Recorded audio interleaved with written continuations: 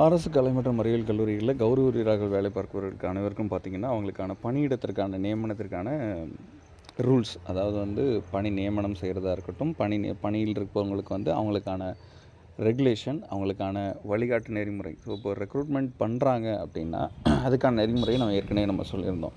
இது ஏற்கனவே பணி நியமன ஆணை கொடுக்குற புதிய கௌரவ வீரர்கள் நியமிக்கப்படுவார்கள் அப்படிங்கிற சொல்லப்பட்ட காலகட்டத்தில் பார்த்திங்கன்னா அதில் மென்ஷன் பண்ண இம்பார்ட்டண்டான விஷயங்களை தான் பார்த்தோம். அது இல்லாமல் இதில் பார்த்திங்கன்னா இப்போ புதுசாக பணியிடத்திற்கான கௌரவ வீரர்கள் பணியிடத்திற்கான நியமனங்கள் அரசாணை நிலை எண் 207 அதன் துறை எண் அப்படின்னு சொல்லி நாள் 31/8/2018 மற்றும் 151 24/10/2020 அதுக்கப்புறம் அரசாணை நிலை எண் 269 உயர்கல்வித்துறை 25/11/2020 இந்த அரசாணைகள் வெளியிட்டுள்ள வழிகாட்டு நெறிமுறையின்படி மேற்கொள்ளப்பட வேண்டும். அதாவது கௌரவ வீரர்கள் நியமிக்கப்படும் கௌரவ வீரர்களுக்கான கைட்லைன்ஸ், அந்த அவங்களுக்கான கைட்லைன்ஸ் என்ன அப்படிங்கிறது தான் இதில் சொல்கிறதா இருந்தோம். ஸோ ஏற்கனவே உள்ள 2 கைட்லைன்ஸில் உள்ள இதில் சொன்ன 2 கைட்லைன்ஸை நம்ம ஏற்கனவே வீடியோவில் போட்டோம். இதில் சொல்லியிருக்கிற இந்த அரசாணை நிலை எண் 207 31/8/2018 சொல்லப்பட்ட வழிகாட்டு நெறிமுறையை நம்ம இந்த வீடியோவில் பார்க்கலாம். இதுதான் அரசாணை நிலை எண் 207 உயர்கல்வித்துறை 31/8/2018 வெளியிடப்பட்டுள்ளது. ஸோ இந்த வழிகாட்டு நெறிமுறைகள் உள்ளது தான் இப்போ நம்ம இந்த வீடியோவில் பார்க்க போகிறோம். அரசு கல்லூரி கல்வி இயக்குனர் ஒப்பளிக்கப்பட்ட எண்ணிக்கைக்கு மிகாமல் அந்தந்த பாடப்பிரிவுகளில் கௌரவர்களை பணியமர்த்திக் கொள்ள வேண்டும். ஒப்பளிக்கப்பட்ட பணியிடங்கள் மிகையாக இருப்பின் அப்பணியிடங்களை நிரப்பாமல் விவரத்தினை இயக்குனருக்கு சார்ந்த கல்லூரி முதல்வர் உடனடியாக தெரிவிக்க வேண்டும் அப்படிங்கிறத சொல்லியிருக்காங்க. கல்லூரி கல்வி இயக்குனர் வந்து ஒப்பளிக்கப்பட்ட இடங்கள் அப்படின்னா எவ்வளோ வேக்கன்சி சொல்லியிருக்காங்களோ அதை தாண்டி அதுக்கு மிகாமல் இருக்கணும். பாடப்பிரிவுகளையும் இது மாற்றம் செய்யக்கூடாது அப்படிங்கிறத சொல்லியிருக்காங்க. பாடப்பிரிவு வாயிலாக அனுமதிக்கப்பட்டுள்ள பணியிடங்கள் விவரத்தினை மாதிரி விண்ணப்ப படிவத்தினையும் கல்லூரி தகவல் பலகையில் உடனடியாக அறிவிப்பு செய்ய வேண்டும் அப்படிங்கிறத சொல்லியிருக்காங்க. ஸோ பாடப்பிரிவுகளாக ஒவ்வொரு இதுலேயும் எவ்வளோ வேக்கன்சி இருக்குது அப்படிங்கிறதையும் சொல்லணும். கணக்கில் வந்து எவ்வளோ பேர் ஒர்க் பண்ணுறாங்கிறத காலேஜில் வந்து பேக்கப் வச்சுக்குவாங்க. ஸோ அப்படி இருக்கிறத வந்து கல்லூரியோட நோட்டீஸ் போர்டில் அறிவிப்பு உலையில் வெளியிடணும். தகுதியுடையவர்கள் தங்களது பாஸ்போர்ட் சைஸ் அளவு ஃபோட்டோவை எடுத்து அத்துடன் முதுகலை, எம்ஃபில், பிஹெச்டி பட்டம் மற்றும் முதுகலை பாடத்திட்டத்தில் பெற்ற மதிப்பெண் சான்றிதழின் புகைப்பட நகலுடன் அவர்கள் பணிநாடும் அரசு கல்லூரிக்கு மாறுதி படிவத்தினை விண்ணப்பித்து அனுப்பிக்க வேண்டும் அப்படின்னு சொல்லியிருக்காங்க. எந்தெந்த கல்லூரிகள்லாம் நீங்கள் அப்ளை பண்ணுறீங்களோ அவங்களுக்கான ஃபார்மேட்டுங்கிறது இதுதான் அப்படிங்கிறது. இது வந்து 2018 இந்த ஃபார்மேட் இருந்துச்சு. ஆனால் ரீசெண்டாக 2023 பார்த்திங்கன்னா 22 பார்த்திங்கன்னா ரெக்ரூட்மெண்ட் போடும்போது பார்த்திங்கன்னா ஆன்லைனில் TNGA-SAங்கிற ஒரு வெப்சைட்டில் அதுலேயே அப்ளை பண்ண சொல்லியிருந்தாங்க. ஸோ அதுக்கு முன்னாடி உள்ள ஃபார்மேட் இது.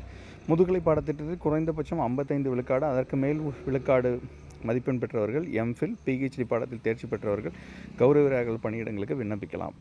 ஸோ அப்போதைய காலகட்டத்தில் 55 அப்படிங்கிறது பேசிக்கான பர்சன்டேஜாக இருந்துச்சு. எம்ஃபில், பிஹெச்டிங்கிறது தேர்ச்சி பெற்றக்கூடிய பணியிடங்களுக்கு விண்ணப்பிக்கலாம் அப்படின்னு சொல்லியிருந்தாங்க.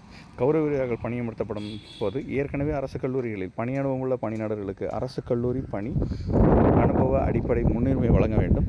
அது மட்டும் இல்லாமல் இப்பணி நியமனத்திற்காக முதுகலை, எம்ஃபில் பட்டத்துடன் ஸ்லெட் அல்லது நெட் தேர்ச்சி பெற்றவர்கள் மற்றும் பிஹெச்டி பட்டம் பெற்றவர்கள் விரும்பத்தக்கது அப்படிங்கிறத சொல்லியிருக்காங்க.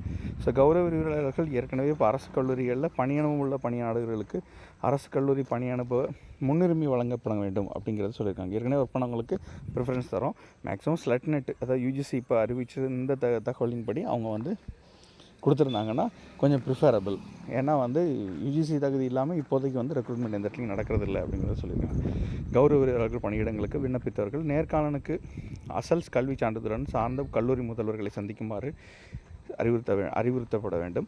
இவ்வாறு வருகை தரும் விண்ணப்பதாரர்களுக்கு எவ்வித பயணப்படிவையும் வழங்கக்கூடாது. ஸோ இதனால் இவங்களுக்கு டிஏ வந்து கொடுக்கக்கூடாது அப்படிங்கிறத சொல்லியிருக்காங்க. நீங்கள் என்றைக்கு வெரிஃபிகேஷனோ அன்றைக்கி நீங்கள் காலேஜுக்கு டைரெக்டாக வந்துடணும் அப்படின்னு சொல்லியிருக்காங்க. இங்கனம் கௌரவ ஆசிரியர்களை ஒவ்வொரு பாடத்திற்கும் முதல்வர், பணிமூத்த ஆசிரியர், சார்ந்த துணைத் தலைவர் போன்ற 3 குழு பரிசீலித்து பணியமர்த்தப்பட வேண்டும். ஸோ ஒரு 3 செட் ஆஃப் பீப்புள், அதாவது வந்து பிரின்ஸிபல் இருக்கணும், சீனியர் மோஸ்ட் ப்ரொஃபஸர் அந்த இன்ஸ்டியூஷனில் இருப்பாங்க, அவங்க சார்ந்த துறை தலைவர், இவங்க 3 பேரும் தான் பரிசீலித்து பணியமர்த்த வேண்டும் அப்படின்னு சொல்லியிருக்காங்க. தொகுப்பூதியம் மாதத்திற்கு 15,000 மிகாமல், இது பழைய ஊதியம், பணியமர்த்தப்படும் ஒவ்வொரு கௌரவர்களுக்கும் வழங்கப்பட வேண்டும். இதற்கென வருவாய் வில்லை ஒட்டிய பற்றுச்சீட்டினை தொடர்புடைய கௌரவரிடம் இருந்து பெறப்பட வேண்டும் அப்படிங்கிறத சொல்லியிருக்காங்க.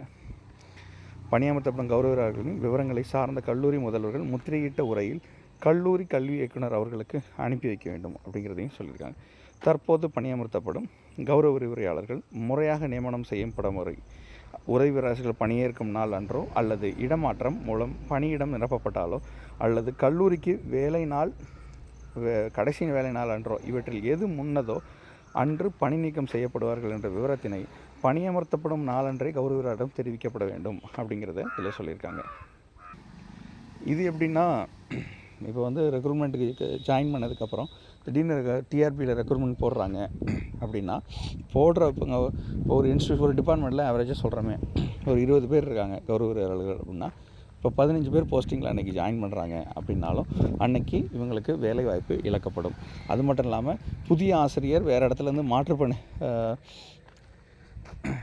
இடமாறுதல் பெற்று இந்த கல்லூரிக்கு இப்போ ஜாயின் பண்ணுறாங்கன்னா, இப்போ ஒரு 4 பேர் ஜாயின் பண்ணுறாங்கன்னா 4 பேருக்கு வேலை இழப்பு ஏற்க நேரிடும். இல்லை 20 பேருக்கு 20 பேருமே வெளியிலேருந்து ட்ரான்ஸ்ஃபர் ஆகி வராங்கன்னா 20 பேருக்கும் வேலை நீக்கப்படும். அதேமாதிரி கல்லூரியின் கடைசி வேலை நாள் அன்றோ இது வந்து வந்துட்டாங்க அன்னைக்குன்னு வந்துட்டாங்கன்னா அன்றைக்கும் நிறுத்தப்பட வேண்டும் அப்படிங்கிறத பணி நீக்கம் செய்யப்படுவார்கள் அப்படிங்கிற விவரத்தினை சொல்லிடணும் அப்படிங்கிறத சொல்லியிருக்காங்க. அவ்வாறு தற்போது பணியமர்த்தப்படும் கௌரவ வீரர்களை முறையாக நியமனம் பெற எந்தவித முன்னுரிமையும் அளிக்கப்பட மாட்டாது அப்படிங்கிறத சொல்லியிருக்காங்க. கௌரவ விரிவுரையாளர்கள் பணியமர்த்துகையில் மேற்குறிப்பிட்ட நெறிமுறைகளை தவறாது கடைபிடிக்க வேண்டும் என்றும் எவ்வித புகாருக்கும் இடமளிக்காமல் அவர்கள் பணியமர்த்தப்பட வேண்டும் என்றும் அரசு கல்லூரி முதல்வர்கள் கேட்டுக்கொள்ளப்படுகிறார்கள்.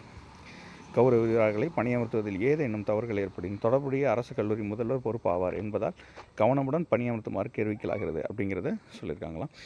நிர்வாக நலன் கருதி பணியமர்த்தப்படும் கௌரவ வீரர்கள் ஏதேனும் பிரச்சனை ஏற்படின் உரிய விசாரணை குழு அதிகார பரிந்துரையின் அடிப்படையில் அவசியம் எனில் பணியிலிருந்து விடுவிக்க கல்லூரி முதல்வருக்கு அதிகாரம் உண்டு அப்படிங்கிறத சொல்லியிருக்காங்க. அடுத்தது ஆசிரியர் தேர்வு வாரியம் மூலம் முறையான உதவி பேராசிரியர்கள் நியமனம் செய்யப்பட்டு சேரும் நாளில் கௌரவ விரிவுரையாளர்கள் பணி நீக்கம் சூழல் ஏற்படும் எனில் காலி பணியிடங்களில் சுழற்சி 1-2 உள்ள கௌரவ விரிவுரையாளர்களை ஒரே அழகாக கொண்டு அக்கல்லூரி பணியில் இளையவரை பணி நீக்கம் செய்தல் வேண்டும்.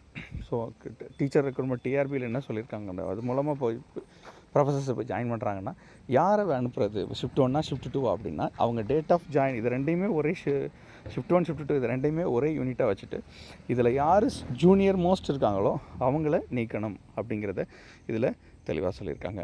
வேறு கல்லூரிகளிலிருந்து பணியிட மாற்றம் மற்றும் நிரந்தர பேராசிரியர்கள் அண்ணாமலை பல்கலைக்கழக மிகை பேராசிரியர்கள் பணியமர்த்தம் செய்யப்படும் நேர்ந்தால் மேற்கொண்ட முறையினையே மேற்கொள்ளுதல் வேண்டும். இது மட்டும் இல்லாமல் ட்ரான்ஸ்ஃபராக இருந்தாலும் சரி, இல்லை சப்போஸ் இப்போ அண்ணாமலை பல்கலைக்கழகத்திலேருந்து மிகை ஆசிரியர்கள் ஆசிரியர்கள் பணியமர்த்தப்படும் போதும் இதே கைட்லைன்ஸை ஃபாலோ பண்ணணும் அப்படின்னு சொல்லியிருக்காங்க. அரசு கல்லூரிகளில் பணியாற்றும் கௌரவ வீரர்களை நிர்வாக நலன் கருதி சுழற்சி 1 சுழற்சி 2 உரிய முறையில் தேவைக்கு ஏற்றாற்போல் மாற்ற முதல்வருக்கு அதிகாரம் வழங்கப்படுகிறது அப்படிங்கிறத இதில் திருப்பி சொல்லியிருக்காங்க. அடுத்து சார்ந்த துறை தலைவர் சுழற்சி 2 வகுப்புகள் முடியும் வரை அக்கல்லூரியில் இருந்து வகுப்புகளை மேற்பார்வையிடல் வேண்டும் அப்படிங்கிறதையும் பதிவு பண்ணியிருக்காங்க. ஸோ ஷிஃப்ட் 2 அப்படின்னா வந்து ஆஃப்டர்நூன் ஃபுல்லாக இருக்கும். அந்த ஆஃப்டர்நூன் இருக்கிற அந்த காலகட்டத்தில் பார்த்திங்கன்னா கல்லூரியில் அந்த சார்ந்த துறை தலைவர்கள் அதில் இருக்கணும் அப்படிங்கிறத இதில் சொல்லியிருக்காங்க. கல்வியாண்டின் ஜூன் மற்றும் நவம்பர் மாதங்களில் கௌரவ வீரர்கள் கல்வி சார்ந்த கல்லூரி மாணவர் நலன் சார்ந்த பணிகள் மேற்கொள்ளும் பொழுது வருகை பதிவேட்டில் அவர்கள் ஒப்பம் பெற்று அந்தந்த மாதங்களுக்கு முழுமையாக தொகுப்பூதியம் வழங்கலாம் அப்படிங்கிறத சொல்லியிருக்காங்க. கௌரவ விரிவுரையாளர்கள் மாதம் ஒரு நாள் வழங்கப்படும் தற்செயல் விடுப்பினை தேவைப்படும் மாதத்தில் சேர்த்து எடுத்துக்கொள்ள அனுமதி வழங்கப்பட வேண்டும் அப்படிங்கிறத சொல்லியிருக்காங்க. சப்போஸ் இப்போ வந்து ஜூன், ஜூலை, ஆகஸ்ட், செப்டம்பர்னு ஒரு 4 நாள் வேலை லீவே எடுக்கலை அப்படின்னா குறிப்பிட்ட ஒரு நாளில் ஒரே நேரத்தில் அது 4 இதையும் எடுத்துக்கிறதுக்கு ரூல்ஸ் இருக்குது. துறை சார்ந்த பணிகள் பல்கலைக்கழகங்களுக்கு செல்லும் கௌரவ வீரர்கள் அந்நாட்களை பணி நாட்களாக கருதப்பட வேண்டும். அதாவது ஓடி அப்படிங்கிறத சொல்லணும்னு சொல்லியிருக்காங்க. இதே போல் கடந்த வீடியோ நம்ம போடும்போதும் பார்த்திங்கன்னா இதுக்கான ரூல்ஸ் அண்ட் ரெகுலேஷன் புதுசாக நியமிக்கப்படும் இந்த கௌரவ வீரர்களுக்கான விதிமுறைகள் இதான நிபந்தனைகள் இதெல்லாம் என்னங்கிறத நம்ம ஏற்கனவே சொல்லியிருந்தோம். அந்த லிங்க்கெல்லாம் அந்த வீடியோக்குள்ள லிங்க்கில் போட்டிருக்கேன், அதை பாருங்கள். இது உங்களுக்கு ரொம்ப யூஸ்ஃபுல்லாக இருந்துச்சு. யாராவது அப்ளை பண்ணுறவங்களா இருந்தால் அவங்களுக்கு இதை ஷேர் பண்ணுங்கள். தேங்க்யூ.